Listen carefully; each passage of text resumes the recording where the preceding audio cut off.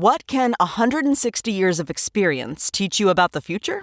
When it comes to protecting what matters, Pacific Life provides life insurance, retirement income, and employee benefits for people and businesses building a more confident tomorrow. Strategies rooted in strength and backed by experience. Ask a financial professional how Pacific Life can help you today. Pacific Life Insurance Company, Omaha, Nebraska, and in New York. Pacific Life and Annuity, Phoenix, Arizona.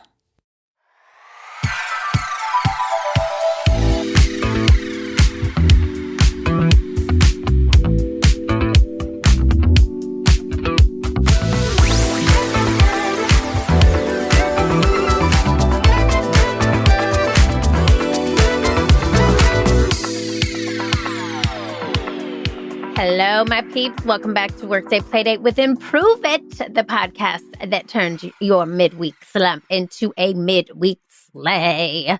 I'm Erin, your work bestie, and this month we're jamming on all things effective communication. Why? Because words can build bridges or build walls, and the vibe you send with your words is everything. Today's guest is an awesome human on the planet. Nada Nasserdeen. She is the founder and CEO of Rise Up For You, a 2-time #1 best-selling author, a 2-time TEDx speaker, and a global leader who's helped over 100,000 people level up. She's been on stages with Tony Robbins, Adam Grant, and Les Brown, but today she's on our playground and we are going from broke to boss in real time. So grab your juice box, your water bottle, sit on the swings, and let us go. So here's the deal. Most of us are running at full speed at work. We're juggling deadlines. We're managing people. We're trying to sound confident on Zoom while our cat walks across the keyboard. But here's the plot twist. Hard skills only get you so far. Soft skills, or as Nada calls them, success skills, are what actually move you from survival mode to thriving mode. Now, Nada knows this firsthand. She built Rise Up For You, her company, with only $100 in sheer willpower, and she turned it into a global force. She's here today to show us how to shift our mindset and sharpen our communication so we can move from broke to boss energy in our careers and in our lives. So here's the deal. Research says up to 90% of long-term career success comes from soft skills like emotional intelligence, communication, and adaptability. Only 10% is technical. Translation: how you show up, how you talk, and how you listen matters way more than how fancy your Excel formulas are, okay? Nada's Rise Power Up method breaks this down into bite-sized, doable shifts that make you unstoppable. Now, what you're going to hear today is the interview with Nada and myself. We were having a bit of technical difficulties, so if the audio sounds a little funky, sorry in advance. That's what we were working with here today. I want to let you know, too, before we hit record, Nada was like, hey, I get asked the same questions all the time. Can you ask me some different questions? And I was like, can I? Yes, I can. You came to the right place. So the questions today are a little funky, a little different, which I really loved and might add going forward with the show. So without further ado, let's get to today's Playdate with Nada Nasserdeen.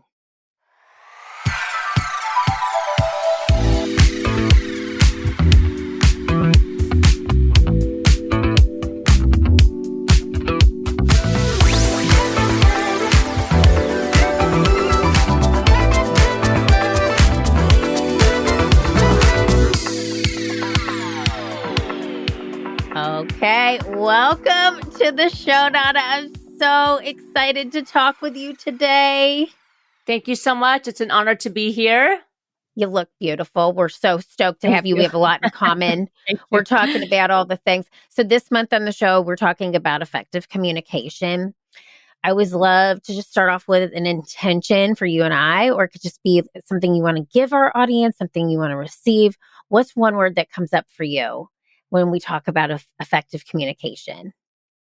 The word that comes up for me often when it has to do with communication is influence. Is the ability to influence, because a lot of times we forget that every time we communicate, whether it's with our children, our spouse, team members, even us communicating now together, whether we recognize it or acknowledge it, we are trying to influence. It could be influencing our kids to go to bed. It could be influencing people to take action. But typically there's something that we want at the end of our communication. And so for me, it's always about influence. I love that. I love that. You know, I don't consider myself an influencer, but yesterday when I dropped my son off at school, one of the teachers was wearing a dress that I told her to get on Amazon. And I was like, wow, maybe I do have influence. You know, we really are. Every little conversation is influencing something. 100%. I know. It's funny to witness. It's like we don't, and with this new concept of influencing, right? We were influencing before social media was actually a thing. Yeah. And the truth is that everybody is influencing, but most of us aren't conscious to the fact that we're doing it. And so maybe our words, our actions, our intentions are in a silo. And the second you become awakened to the fact that everything you do, every person you touch, or that you are in an environment with, you are influencing even before you open your mouth. When you go to the grocery store, right. when you're pumping gas, and so I think that we're kind of entering, I hope, and I feel a world where we're starting to understand that our words and our actions matter, even if we don't consider ourselves a leader or an influence. It doesn't matter. It's bigger than you. Okay, we are like so on the same page. I feel that is exactly one of the thesis statements in one of my talks. Your thoughts equal your words equals your actions. I freaking love it. And it's if we all understood that, like imagine how different the world would be. So, okay. I want to talk to you because you love soft skills too, which you know is my heart and soul, and we have different vessels to train on them. But I want to say, you say soft skills are the new success skills, which I like. This is a fun question. We were talking earlier. I was like, what would make this the most fun for you? And you're like, fun questions. So I got one. Okay. Pretend you're designing a deck of cards, right? And they're called success skills. What would one of the cards say? Like if you could come up with a deck of cards called success skills, what would one of the cards be? What would one of the cards be? Like a saying on it or something of that sort? Yep, like an affirmation or like, you know, I love Gabby Bernstein. She has this like oracle deck where you pull an affirmation. What would something like that be? Well, the phrase that I always use that we have on some of our materials is the greatest tragedy is wasted human potential. Don't let that be your story. That'd probably be the first thing that I put. Oh, okay. Let's say that again. Say it again for me. The greatest tragedy is wasted human potential. Do not let that be your story. Oh my God. It's so good. It's so freaking good. Okay. And will you tell me a little bit about that? Like, why is that on all of your material? Why do you believe that so much? You know, I have to be honest with you. Ever since I was a young girl in high school and in middle school, I've always had this feeling that if I can do it, you can do it. That like we can all do it. And as I grew up, I realized that a lot of my friends, even when I was like in 9th grade and 10th grade, they didn't realize what they could achieve. And they would like, let's say, get an F in math. And I'd be like, but no, you can do it. And so I think over time, I really became obsessed with like, what does it mean to like become your best and push your potential and grow yourself? And then as I became more involved in performing, you know, I was a performer first. And then I went on to be an executive. Now, of course, I'm an entrepreneur. I noticed that the biggest challenge and the thing that really got in people's way is self-confidence, right? And for me, that was always like a huge tragedy. And I didn't really know how many people suffered with the lack of self-confidence until I really started digging into research and becoming an entrepreneur. And so I just remember thinking like, what a tragedy. And then from that came the quote, the greatest tragedy. I believe the greatest tragedy today is people walking around that have so much potential, so many great things inside of them that don't feel enough. And so that's where the quote came from, that the greatest tragedy is wasted human potential. And I really encourage people to not let that story be theirs, because so many people leave this planet never reaching the place or the point that they wanted to reach. Oh my God, I'm so here for this. Our missions are very similar because I like to say I help awaken people to their highest selves through play. Like, because you're a living testimony, what you're doing, the books you've written, the the things you've built with your business, of what it is to really understand your purpose and be in alignment with the assignment and show up, right? A lot of times it's just that easy, just showing up for the assignment if you're given it, right? I love that. I'm so glad I asked you that question. That is some powerful stuff. And I think about your work, and I think about just how you're impacting people with mindset and how you're impacting people in all the different ways. So I want to talk about that, because we're talking about turning your struggles into success and the mindset shifts. And that's like literally one of my favorite questions I've ever asked somebody with that. And that answer was so cool. I got another one. Okay. You ready for some more fun cues? Okay. So this is a Mad Lib. Okay. So when the workplace gets stressful, what is your go-to mindset shift? Is it something like blank because it makes me feel blank, right? Like is there some mindset shift when things get stressful? You say in your mind, you do blank because it makes you feel blank, or you might say blank because I feel better doing blank. Is there something that you say when you're struggling to get yourself back? Yeah, I usually acknowledge the stress first, because I'm a firm believer of acknowledging how you feel and not ignoring it. And then I give myself some tough love. So I typically sound like this in my head. Okay, I understand you're stressed. There's a little bit of overwhelm, and get yourself together, because there's a lot to be grateful for and we don't have time to waste. That's typically the conversation I have in my head. Yeah. I love it. I love it. Well, and you don't have time to waste, right? Like, I think about that, and people who are intentional with their time just impact the world so differently. So I love that. I love that, because your story is really cool. I've done my research on you. I love what you're doing. And I think that the high level overview of what you do when things get tough is so important for people to hear. So, okay. Here's another fun one. I just love that you were like, I want fun questions, because I came with fun ones. All right. So if this is a lightning round, all right, I want you to I'm going to give you a scenario, and then I want you to give me a boss, like a one-line boss move that you would say after this scenario. So like, example could be like, a teammate ghosted you at a meeting. What would you do? Okay. So let's try that one. Okay. So if a teammate ghosted you in a meeting, what would you say to that teammate? What would your mindset shift be, or what would your dialogue be to that teammate? My dialogue to the teammate would be that ghosting and not communicating effectively is not a part of our company values. We don't practice that here at Rise It For You. And I would appreciate if we can all communicate more maturely. And if we can't, it's probably not a good fit for you to be here. What?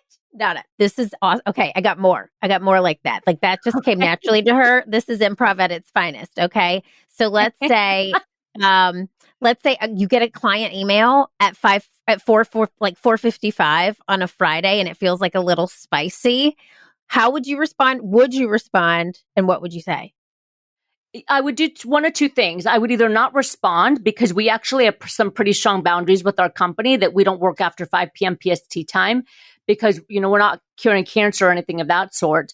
But if it was a spicy email that was, I could tell, more heated, I would probably respond Saturday morning and say something along the line of, thank you so much for your email. I appreciate it. The team and I will discuss this internally, and we'll get back to you when the work week starts on Monday or Tuesday. Love it. Love it. Let me ask you this too. I love that you mentioned you have boundaries. What happens if somebody emails past 5 p.m.? We typically don't respond.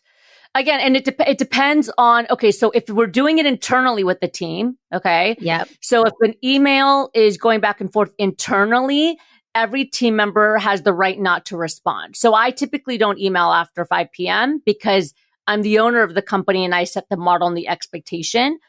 Or sometimes I respond or I work on the weekend, but my team is very clear that I don't need you to respond right now, but this is just me being creative on the weekend. Okay.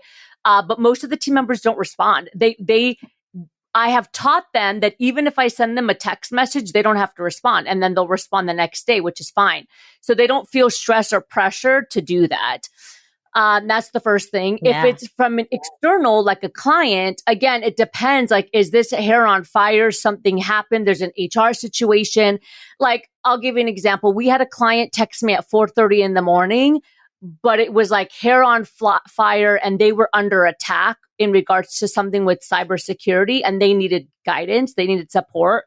We don't do cybersecurity, but they just needed some resources. Like, obviously, I'm going to respond because they're our partner and we care about them and we want them to be successful. But typically, we just wait until 9 a.m. PST time, or, the following morning, 9 to 5.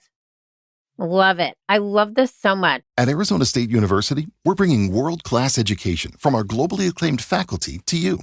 Earn your degree from the nation's most innovative university. Online. That's a degree better. Learn more at asuonline.asu.edu.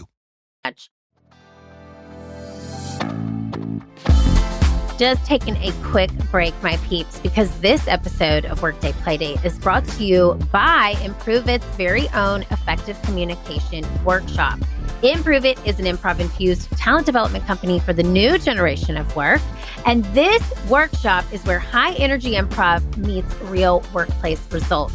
So whether you've got 100 people in a room or in person or 50 faces on Zoom, our facilitators will teach your team how to use verbal and nonverbal techniques to elevate their communication, create inclusive and supportive environments, build rapport by listening to understand instead of listening to respond, and foster trust through the improv tenet of yes and.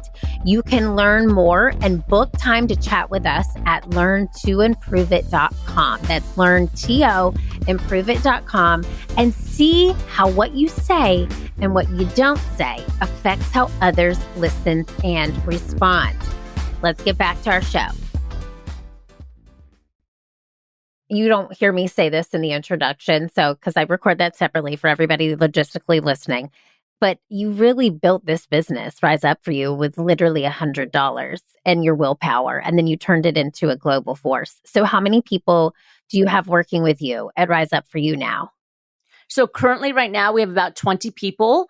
I would say a little over half of them are on the learning and development side, so like the coaching and the training. And then the rest of the team members we would consider core team. So, marketing, technology, a fractional CFO, executive assistant, vice president, that sort. I love it. I love it. And you are literally here. So your mission truly is you went with $100, right? And then you've built this business from the ground up, and you are here showing people how to use your mindset, sharpening the communication. So if somebody is listening, can go from that broke energy to this boss energy in your life, in your career, which I feel from you. Like, this is one of my favorite things, Nada, is like hearing bosses just boss up. You know what I mean? Like, you're just crushing it. So, okay, I got more fun questions. Can I ask you more fun questions? This is literally making this play date fun for me. So thank you. Okay, so I did know that you taught soft skills to kids in juvenile detention centers, right? Yep. Okay, tell me a little bit about that. And then here's the other side of that question. If they gave you like a badge, like a name tag, what would it say? What would the kids' name for you be? Like, what would your badge say? That's a good question. The badge would probably have the words confidence and goddess. Like,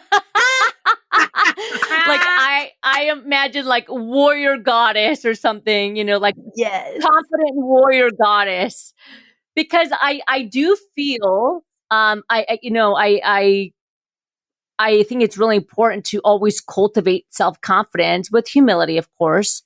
But, I'm my number one cheerleader, and I have to be, and everybody should be their number one cheerleader.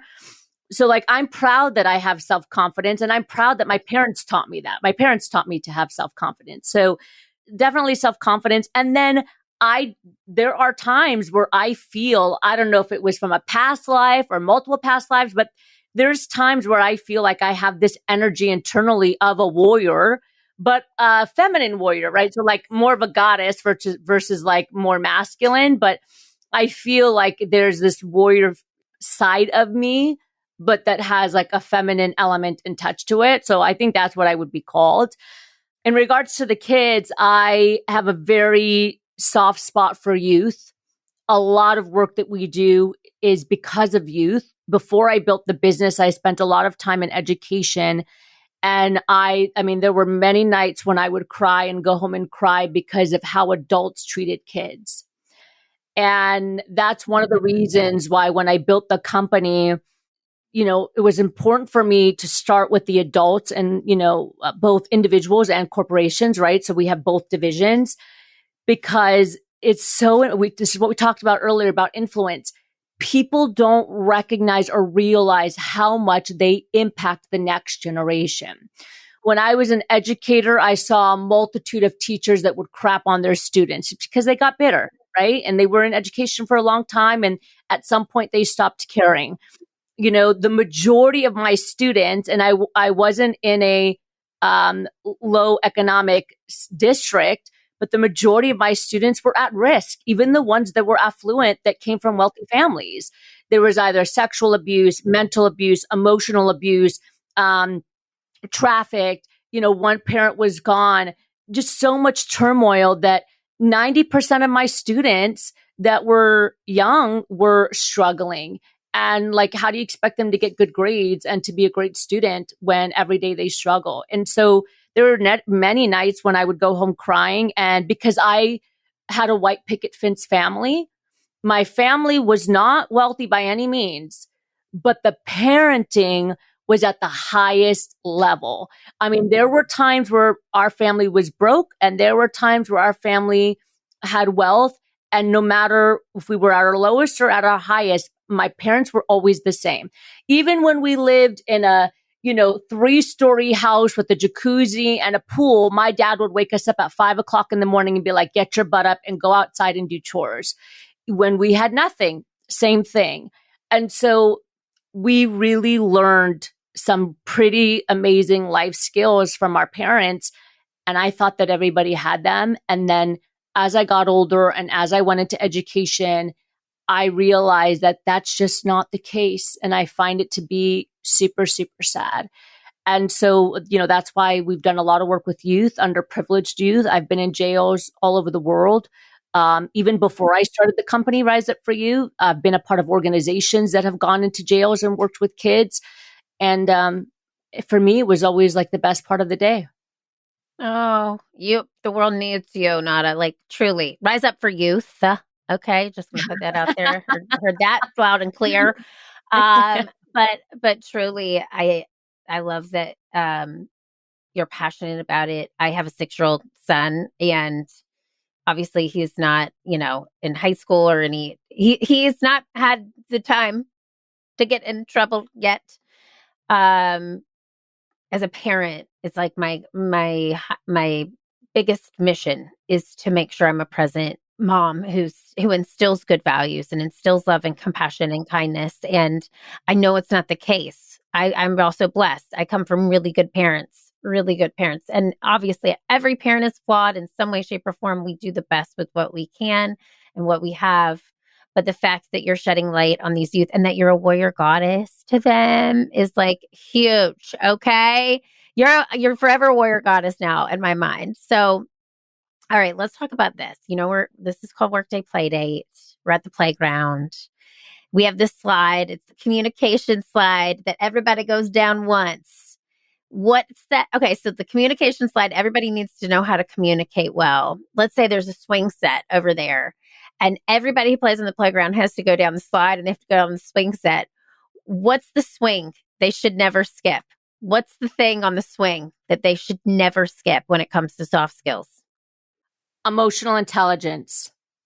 Okay, tell me more. Thank you for letting me ask fun questions, by the way. This is so fun for me to ask these fun questions. So why emotional intelligence? Because all of our communication is pretty much dictated by our beliefs or the beliefs that we think are happening with the person across from us, right?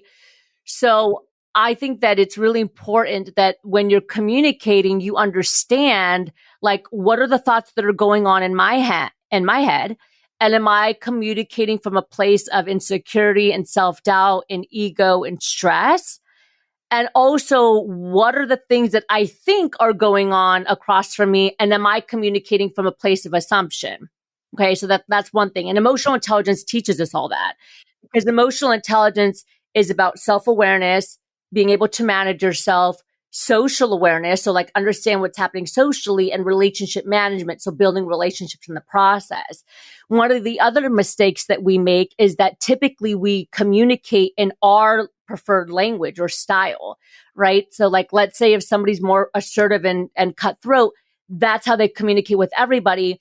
And emotional intelligence teaches us to have a whole toolbox of different styles that you can modify depending on who's in front of you. And so I think in regards to communication, all of those elements are really, really critical. I agree. Oh, it's like, and it comes back to your intention of influence, right? Like you're really influencing somebody when you understand how they communicate and how they want to be communicated with. It's like the love languages, all of the above, literally.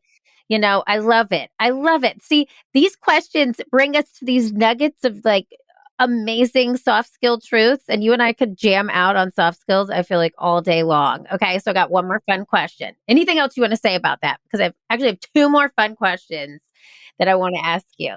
Yeah, I was going to say, I really feel the last few years we've done an injustice by using terminology like just be yourself or be authentic, because the worst thing you can do when you're communicating is say like, well, I'm just being honest, because the reality is that your communication is not effective when you think that way. There's a way to be honest and authentic and assertive and still emotionally intelligent at the same time, so that it's a win-win situation. I love it. We always say at Improve It, this is a cheesy quote, but we're kind of cheesy. Pretend that everybody has a sign around your neck that says, make me feel important.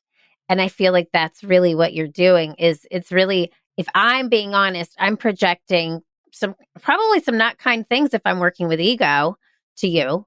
How can I make you feel good? How can I make you feel seen, heard, and valued? I love that. Yeah. And again, it comes back down to influence. So when you say things like, hey, I'm just being honest, the reality is that the person across from you probably didn't receive what you just said. So then like the intent of what you were trying to say, if you were trying to make movement or trying to make a positive impact, it probably didn't land, because people are going to receive it in a toxic and a hurtful way. So you basically just shut down the psychological safety of the person across from you.